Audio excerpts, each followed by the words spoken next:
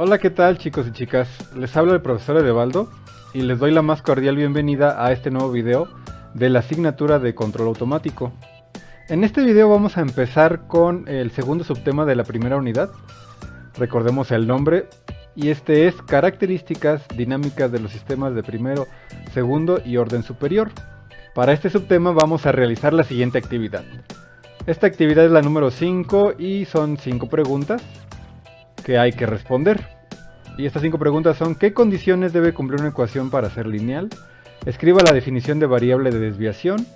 ¿En qué consiste la aproximación lineal a una función de una variable? Describa gráficamente en qué consiste la linealización de ecuaciones no lineales. Y por último, ¿en qué consiste la serie de Taylor? Estas 5 preguntas son las que hay que responder. Ahora, las características dinámicas de los sistemas de primero, segundo y orden superior que nos interesan en este subtema, pues básicamente son la constante de tiempo, la función de transferencia o ganancia. Esos dos términos son los que más importan como características dinámicas en sistemas de control. No son los únicos, pero son en los que se fundamenta toda la teoría de control. Al menos la teoría de control clásico. Y estas 5 preguntas pues están enfocadas a sentar las bases para comprender qué es la constante de tiempo y qué es la función de transferencia. ¿De acuerdo? ¿Dónde van a responder estas preguntas o de dónde van a sacar la información? Las respuestas las van a sacar de uno de los archivos que ya les compartí. Vamos a ver el archivo. Es el archivo Control Automático de Procesos, Teoría y Práctica de Carlos A. Smith. Este libro ya se los compartí. Es este el que tiene la portada en rojo, que dice Teoría y Práctica y Carlos A. Smith. Muy bien, ¿de dónde a dónde hay que leer para encontrar las preguntas? Lo que hay que leer es el capítulo 2, que se llama Matemáticas necesarias para el análisis de los sistemas de control, pero no todo el capítulo. La parte en particular que tenemos que leer para encontrar las respuestas es al subtema linealización y variables de desviación, que comienza en la página 65. Hay que leer a partir de la página 65 y hasta la 71. En ese margen de páginas se encuentran las respuestas a las preguntas que les estoy planteando. Déjenme explicarles un poco qué es lo que hay que leer, porque el documento pues no tiene la mejor calidad. Es lo que hay, muchachos, ni modo. Y bueno, como pueden ver aquí, algunas ecuaciones pues no se visualizan adecuadamente, pero estas ecuaciones no son del fragmento de texto que tenemos que leer. Esto corresponde a la transformada de Laplace. Y vamos por acá. Aquí está el tema donde tenemos que empezar a leer: linealización y variables de desviación. Bueno, hay que empezar a leer todo esto para responder a las preguntas, pero la razón por la que vengo a esta parte del texto es para explicarles un poco las ecuaciones. Quien sea que haya escaneado este libro, porque lo escanearon, no es una copia digital original. ¿Por qué digo que lo escanearon? Bueno, porque la computadora al momento de haber hecho, o el escáner, al momento de hacer la captura digital, cambió los símbolos, algunos. Por ejemplo aquí, este claramente no es una R. Bueno, en mi caso digo claramente porque conozco la ecuación. Aquí lo podemos ver. Esta X minúscula, aquí lo pone como R, pero es T en realidad. Esta T está indicando que es una variable del tiempo.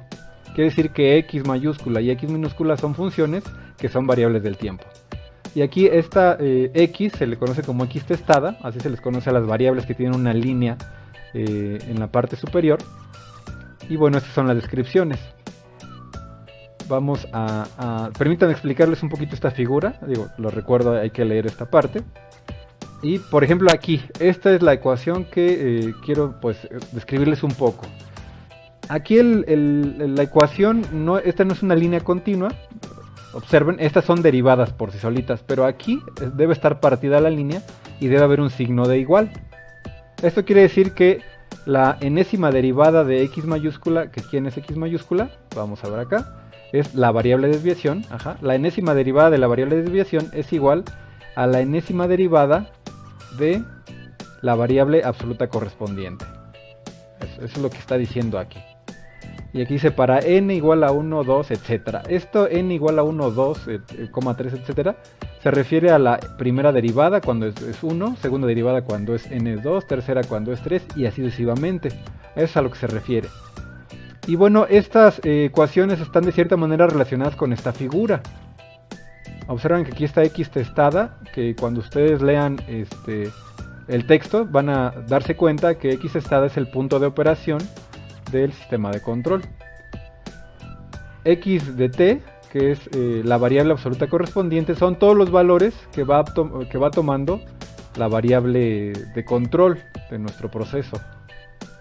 Y x mayúscula, que es la variable de desviación, observen que va a ser las diferencias que existan entre la señal, en este caso la variable absoluta, y el valor de x en el punto de operación. Esto quiere decir que esta línea horizontal es x testada, es el punto de operación. Las variaciones, estas variaciones son x minúscula, esta de aquí, y x mayúscula van a ser estas curvas, más que las curvas va a ser la diferencia que existe entre los puntos de estas curvas con respecto a la variable o al punto de operación. A eso significa esta gráfica. ¿De acuerdo? Bueno, entonces ya vimos que esta no es una gráfica continua. Ahora aquí nos muestra o nos indica que la enésima derivada de la variable de desviación es 0 cuando cuando el tiempo es 0, a eso se refiere. Y también esta idea la repite para todas las derivadas, la primera, la segunda, la tercera, la enésima derivada. Ahora, aquí podemos ver otra ecuación que pues está bien chafa, ¿no? Bueno, no que esté bien chafa, sino que se ve re mal. Pero esta ecuación nos indica la transformada de Laplace de la enésima derivada de x de t con respecto a t es igual a la variable s elevada a la n, a la potencia n, y todo este término multiplicado por la transformada de Laplace de la variable de desviación. Aquí x mayúscula de s, a esto se le conoce como la transformada de Laplace de x. ¿Cómo sabemos? Por la variable s. Y acá, bueno, aquí esta línea no deja ver, pero es x de t. Aquí en lugar de ser s es de t, y esta es la variable de desviación en función del tiempo, y aquí podemos decir que es la variable de desviación en función de s. Eso es lo que quiere decir esta ecuación. Bien, ya que les expliqué esta parte, llegamos al punto que dice linealización de funciones con una variable. Pues ¿en qué consiste la linealización? Pues es la primera parte de este tema. Aquí, esta expresión es la que van a utilizar para responder la serie de Taylor. Pero aquí no se ve muy bien. O sea, no es muy bien visible. No es muy visible que digamos. Algunos sí lo alcanzarán a ver porque pueden intuir qué representa cada símbolo. Si no lo intuyen, aquí la manera más práctica que se me ocurre para que puedan describir en qué consiste la serie de Taylor o qué es la serie de Taylor es que lo busquen en algún sitio web. Puede ser Wikipedia, que pues es una página que ya muchos temas están muy bien referenciados y otros no tanto, pero en el caso particular de la serie de Taylor pues sí está muy bien referenciado porque es un tema que tiene mucho tiempo de desarrollo y pues no hay muchas dudas al respecto, bueno, los que escriben ahí. Entonces ahí pueden buscar en esa página el formato de la serie de Taylor para que puedan describir o entender esta ecuación que está aquí. Aquí les indico en qué consiste, y esta es la respuesta, ¿no? En qué consiste la aproximación lineal, y está relacionada con la serie de Taylor, por eso aquí en el libro ponen primero la serie de Taylor y luego responden la pregunta en qué consiste. Ahora, la representación gráfica se refiere a esta figura, que es la figura 2-5, y bueno, no solamente me tienen que incluir la figura, sino la descripción de la figura, que de hecho aquí hace la figura 2-5 y por aquí está la referencia a la figura 2-5 para que pues hagan la descripción.